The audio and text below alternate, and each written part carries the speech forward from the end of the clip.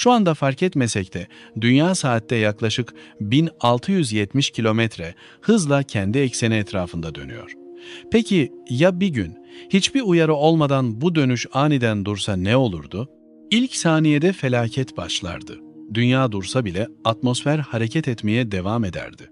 Saatte binlerce kilometre hızla esen rüzgarlar şehirleri yerle bir eder, ormanları kökünden söker ve okyanusları dev dalgalara dönüştürürdü. İnsanların ayakta kalması bile neredeyse imkansız olurdu. Ardından dev tsunamiler kıtaların üzerine ilerlerdi. Okyanuslardaki su, sahip olduğu hareket nedeniyle kıyıları aşarak yüzlerce kilometre içeriye kadar ulaşabilirdi. Dünyanın birçok büyük şehri kısa süre içinde sular altında kalırdı. Dünya dönmeyi bıraktığında bir gün artık 24 saat sürmezdi. Gezegen Güneş'in etrafındaki dönüşünü sürdürdüğü için bir taraf yaklaşık 6 ay boyunca gündüzü yaşarken diğer taraf 6 ay boyunca karanlığa gömülürdü. Sürekli gündüz yaşayan bölgelerde sıcaklık yüzlerce dereceye yaklaşır, nehirler kurur ve topraklar çölleşirdi.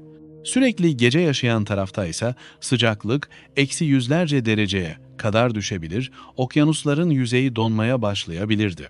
Dünyanın dönüşü aynı zamanda atmosferi ve okyanus akıntılarını da düzenler. Dönüş durunca iklim sistemi tamamen çökerdi. Yağmur düzenleri değişir, tarım yapılamaz hale gelir ve milyonlarca canlı yaşamını sürdüremezdi. Bir başka büyük değişim de yer çekimini hissetme şeklimizde olurdu.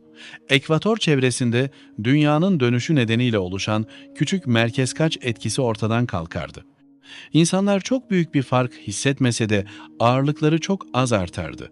Uzun vadede okyanuslar da yer değiştirirdi. Dünya dönerken su ekvator çevresinde hafifçe birikir, dönüş durduğunda bu denge bozulur, sular kutuplara doğru hareket etmeye başlardı. Bazı bölgeler tamamen kururken bazı bölgeler dev okyanuslara dönüşebilirdi. Böylesine büyük değişimler bitki örtüsünü, hayvanları ve insan yaşamını tamamen alt-üst ederdi. Elektrik altyapıları, iletişim sistemleri ve küresel ekonomi kısa sürede çökerdi. Hayatta kalabilen insanlarsa yalnızca dar bir yaşam kuşağında, gündüz ile gecenin buluştuğu alacakaranlık bölgesinde yaşam mücadelesi verebilirdi. Neyse ki böyle bir senaryonun aniden gerçekleşmesi gerçek hayatta mümkün görünmüyor. Dünyanın dönüşü milyarlarca yıldır devam ediyor ve yakın gelecekte duracağına dair hiçbir bilimsel işaret bulunmuyor.